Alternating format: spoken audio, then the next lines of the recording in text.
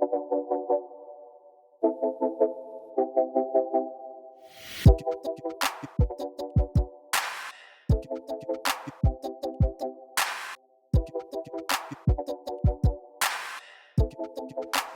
what's up, everybody? It's Jeff Grammer with the Albuquerque Journal, and this is episode 79 of the Talking Grammar podcast. I'm really excited to let you know that this episode of the podcast is being presented by TLC Plumbing, Heating, Cooling, and Electrical. And much thanks to their support in supporting not only this episode, but just the support in helping us bring you some of these products, some of these podcasts, some of our coverage. You can be doing the same. Subscribe to your local newspaper. And at the Albuquerque Journal, that's abqjournal.com/subscribe. Helps us bring you all the coverage we're doing of Lobo basketball, high school sports, all the news we're doing, all the entertainment coverage we're doing. Everything we're doing at the Albuquerque Journal is thanks to subscribers like you. So help out.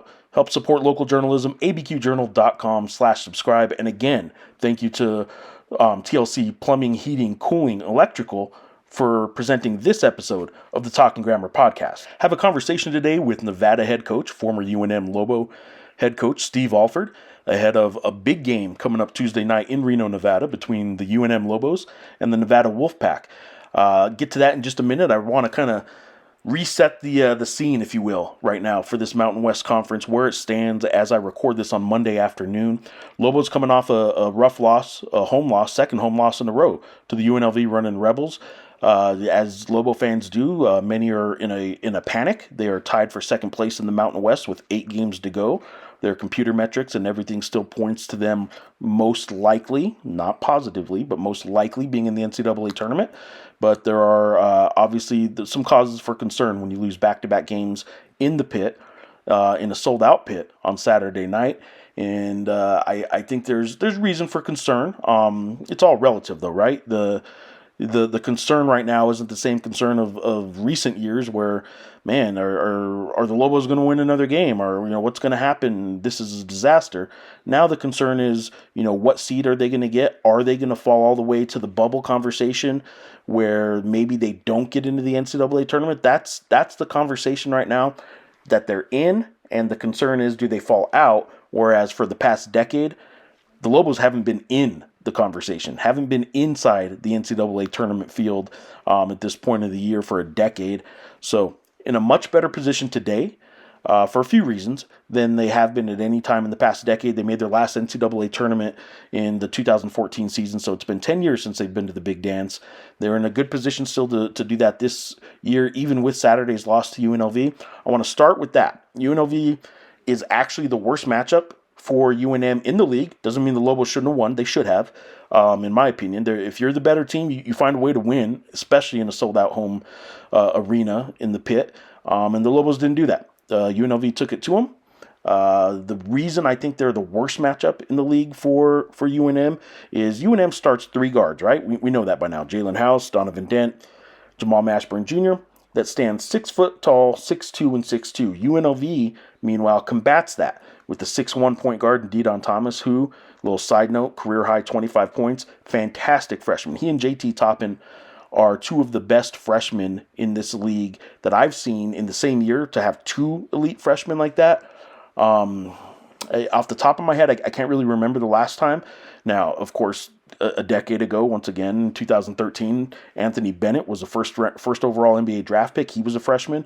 But I don't recall too many freshmen that are as impactful, as productive, and legitimate all-league contenders as freshmen as De'Don Thomas, the point guard for UNLV, and JT Toppin, who's just doing amazing things for the Lobos this year. Again, back to the UNLV game. UNLV combats the Lobos' 3 guards that are 6 foot, 6'2", and 6'2", with a 6'1" point guard, a 6'6" 2 guard, and a 6'8" playing the 3 in Keelan Boone. When you're going 6'1", 6'6", 6'8" against 6 foot, 6'2", 6'2", that smaller team, the Lobos, they have to impose their will against UNLV. They have to dictate the terms of the game. They did not do that Saturday. Richard Pitino and the players have all had the unified talking points all year of, if we're going to be small, we're going to have to be scrappy. We're going to have to be chaotic. We're going to have to put so much pressure on them and be so fast that they are uncomfortable. That didn't happen Saturday. The ball handling of UNLV is just good enough that they can get away with putting bigs in there and not having it punish them. And if you're going to do that, well, then the bigs are going to do this to the Lobos. They're going to make Jamal Mashburn Jr.'s mid-range jumper really difficult because you're going to have a much taller defender in your face at all times. They're going to take away the drive of Donovan Dent to the rim, who's a great finisher at the rim usually. But if all you have to do is have these big bodies collapse and get closer to the rim, Donovan Dent, when he gets there, is going to have his shot blocked and have his shot altered. Same with Jalen House. If you can just sag off these guys and you got the size, you're going to make things difficult on the Lobos. And I want to start here before I get to the conversation, the phone conversation I had with Steve Alford. I want to start here with first Richard Pitino's opening statement after the UNLV loss on Saturday night.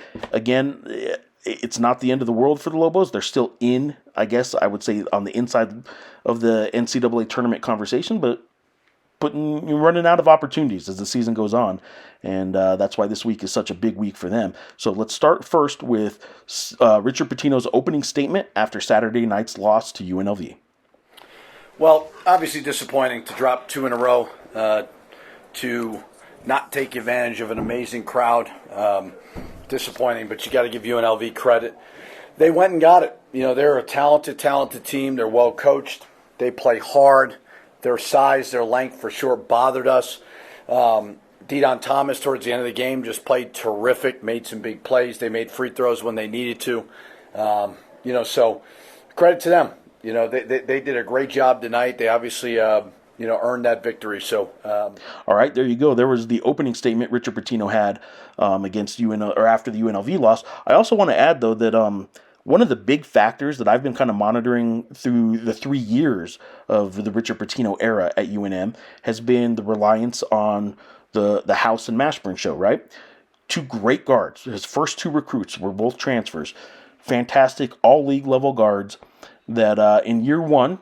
That was your only hope of winning, right? They were the 1-2 punch, and there wasn't a whole lot of offense after them. So you had to live or die by the House and Mashburn show. They put up a bunch of shots. If they were both off, the Lobos had to live with it. Last year, not so much. If they're going to put up volume shooting like they did and miss a bunch of shots, it was still hard for the Lobos to overcome, but they didn't have to do it quite as much.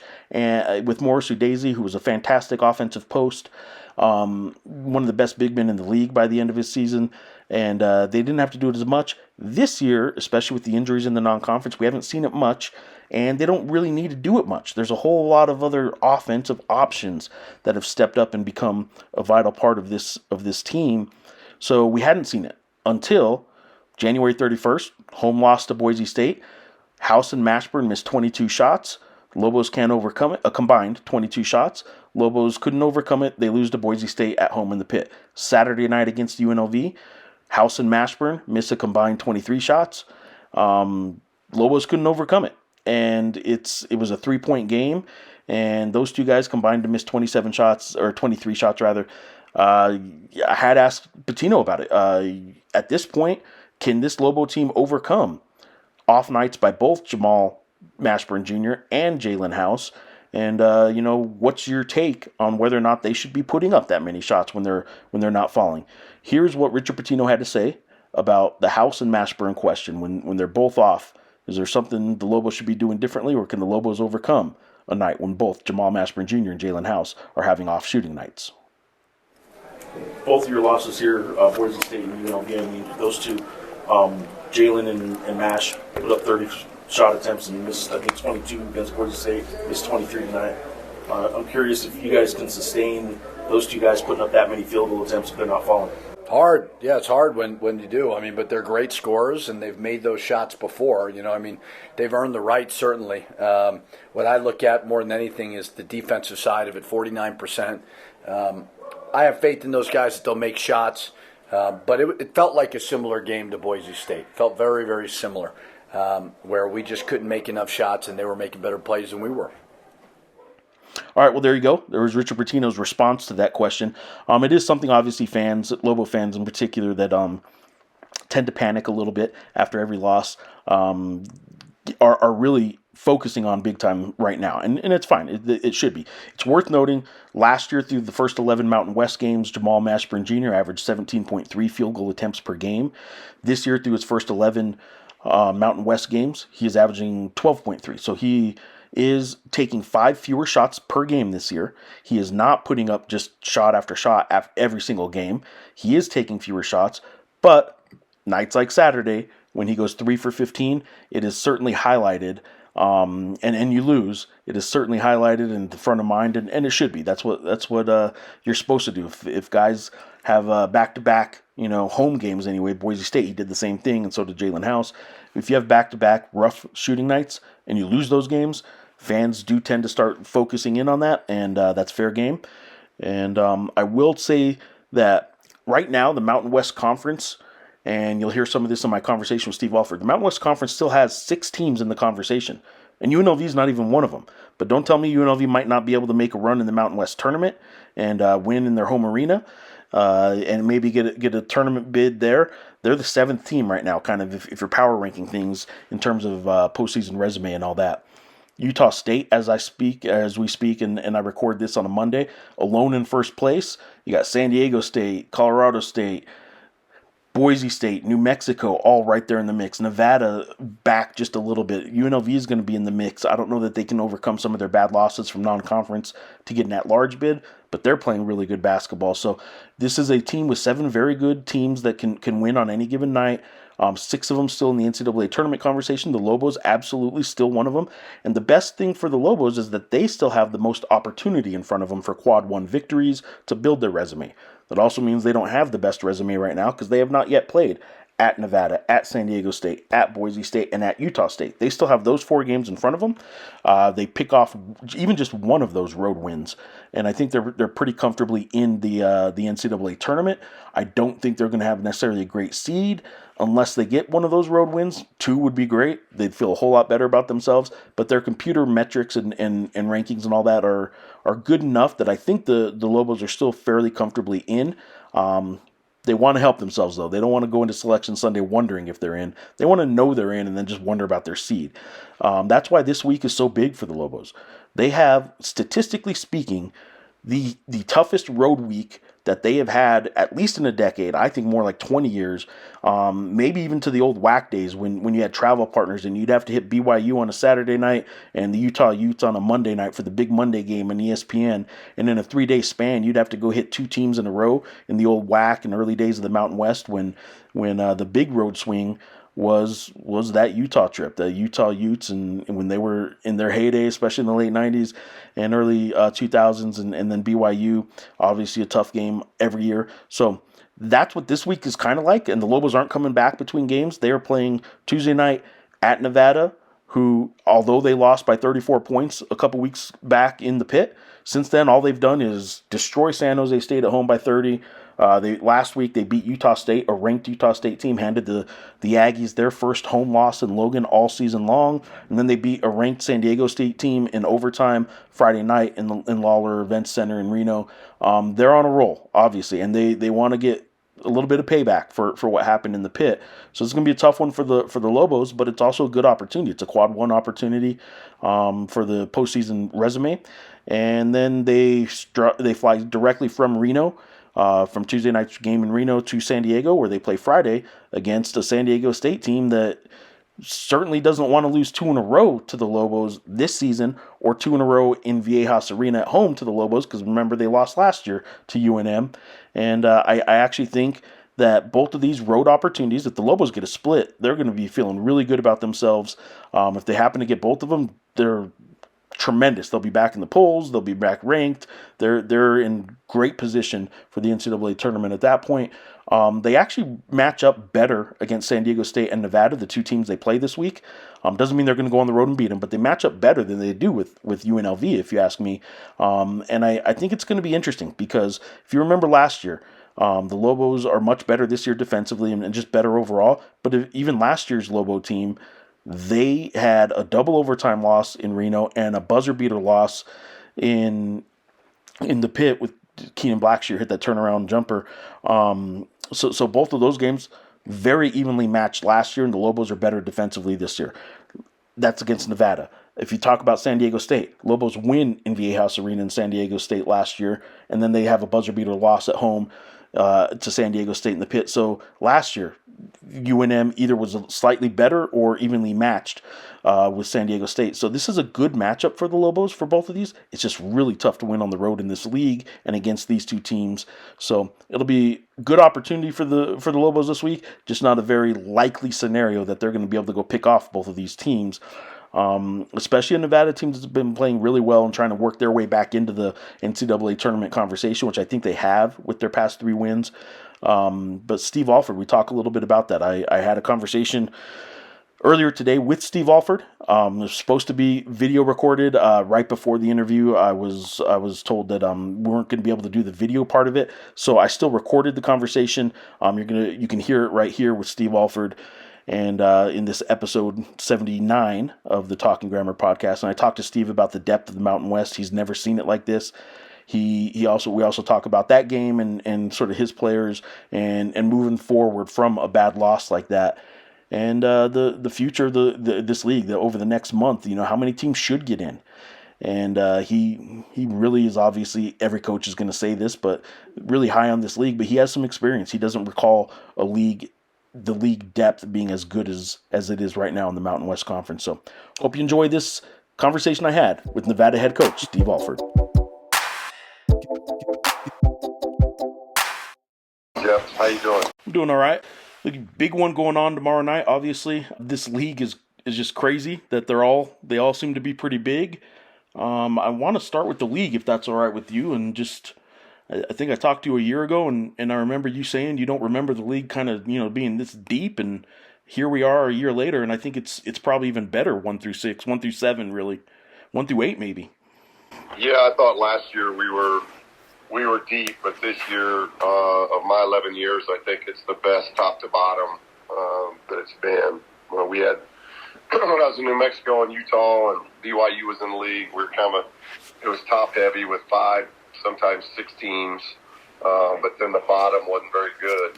And now this year, I think 1 through 11, it's just really hard. You got to play well. It's like, just look at UNLV. They can, they win at the pit and they lose at home to Air Force, who's in last right now. It's just this league. If you don't play well, you can lose pretty easily. I am curious about, and it's something I've thought about, before the UNLV example, but you guys kind of have a similar situation where obviously what happened in the pit isn't your guys' norm. It's a little unaccustomed, or not what you and that team's obviously capable of, right? The final point total. But is this a sign sometimes of maybe the influx of transfers where it's harder to get consistency sometimes out of teams, or does that counteract with the fact that you have some experienced players and maybe you should be more consistent because of the COVID year and so many teams have older players? I'm curious why teams are maybe showing that in-season kind of swing from a really bad game to a really good game in such a short period of time. It seems inconsistent. Yeah, I'm not sure I buy the inconsistencies, because if you look at the top of our league, everybody's been real consistent. It's just when you have this many good teams, like you got 6 in the top 50 net right now. Yeah. Our league, I don't think, has ever been that. So when those teams go head to head, I don't think it's so much the inconsistency of one team or the other. It's just they're very difficult games. There you go. Yeah, I think the thing's going to be is not just what the top does against each other, but then what the top does against the rest. Yeah. And it's going to be the teams that probably show the maturity and can handle game to game, week to week, are the ones that are going to kind of surface towards the top. We got a lot of ball to play. We got 4 weeks left and 8 games left, so there's a lot of ball to be played, and you got to be playing your best basketball now. How did you guys, especially your veterans who have been through this with you for a few years now, how did they respond to what happened in the pit, but also it looks like to last week too? I mean, handling adversity and handling success are sometimes both challenging. How are you guys handling both of those right now? It's more success than adversity, obviously. Well, I thought the guys did a really good job of, getting back home. after that game, to be able to get San Jose, who was playing pretty good basketball when they came into here, and we played really well then. Then we go on the road to Utah State, which is a very, very difficult place to play, and they were undefeated, and we played well there and got a win. Then we come back to San Diego State, who beat us 12 in their building, and got them as well. So that's what good old teams should be able to do. To when you're maybe flat or you don't play well, or another team just absolutely dismantles you, you've got to respond the next game out. And we've been able to do that. We're playing good basketball, and we're gonna have to play well tomorrow. Do you think this? I mean, first of all, I think it's crazy that this year there's going to be two. Maybe you're talking about the depth of the league. There's going to be two, maybe three teams that are NCAA or at minimum NIT teams playing on a Wednesday this year in the Mountain West tournament. Do you start talking about positioning at all, or seeding or tournament at all? Does that ever come up? No, I don't think I've ever, Jeff, talked about the Mountain West Conference tournament until the conference is over. We've always talked about 4 season, non-league, league tournament, and postseason. And if you stay focused on one, you got a better chance of creating the other opportunity. If you start looking ahead or trying to figure out what you got to do, then there's upsets, and then you get beat when you shouldn't get beat. I mean, I think today's game is all about game to game. And it's like I couldn't tell you anything about UNLV other than I've watched them because they played New Mexico, and I know they're really, really good, but my attention won't go to them until around midnight on the 13th. Hey, when you were here last for the game a few weeks ago here in Albuquerque, you had so many of your former players and managers and their families come to practice. It's not something new. You've done that before, but what's that part of being a coach like? It's not the part we write about much. It's not the part that fans know and see a whole lot. But how important is that part of coaching to you? Yeah, I love it. I think that's why we're still doing it at almost age 60. It's something that you appreciate, having some kind of imprint on young men of what they go through, the journey of being on a team and in a locker room, and the friendships and the bonds that are established, and then just being a part of a team sport where you learn to serve each other, and you learn lessons of life that taking care of somebody else is greater than yourself. And it's the thing I appreciate most when I come back to Albuquerque is we have so many former players, staff members, managers that are still living in the Albuquerque area, and the community has embraced them, taken care of them, and now they're raising families and being productive in that community. And that really is what it's all about. Not everybody's going to reside in the communities where they played, but I would hope that what they're a part of in our culture and what we build, that wherever they go, they can be productive citizens in those respected areas. And I'm seeing that out of our former players there at UNM. Their families and getting to know them is one part. You obviously have a family of your own that now includes a bunch of grandkids. Not a bunch, I guess a few, right? Is it 3 grandkids now, or? Two. One, boys. Both boys have a boy, is that right? Yeah, both Corey and Bryce have boys. They both married. We're very, very blessed, Jeff. They got incredible wives, and they're all doing very well, and the grandkids are doing well, so very blessed. A lot of, I don't know how many FaceTime calls you and your wife have with the grandkids, but I imagine it's probably a whole different look when you see Grandpa Steve Alford as opposed to Coach Steve Alford on the sideline. It's probably a very different demeanor, but I'll bet you're having fun with it. Oh yeah, there's nothing. People have always told me when you start getting older, there's nothing better than grandparents, and Tanya and I would second that. It's an incredible feeling when your children become parents and you become grandparents. So it's very special times, and Kai's not really old enough yet to FaceTime. He's getting close, but we get FaceTime of what he's doing and those type of things. And then AJ's in Poland, So he's starting to put words together and even short sentences together. So each stage is so fun and exciting. All right, Steve, I'll wrap it up with this. A lot of ball left to play, as you just said. So, and I have no say in any of this, but if you're making a case for how many teams in this league need to be in the NCAA tournament, why should the Mountain West this year? Did maybe San Diego State turn the corner a little bit for perception purposes? Did all the numbers, do those matter? Why should the Mountain West get 5-6 teams in?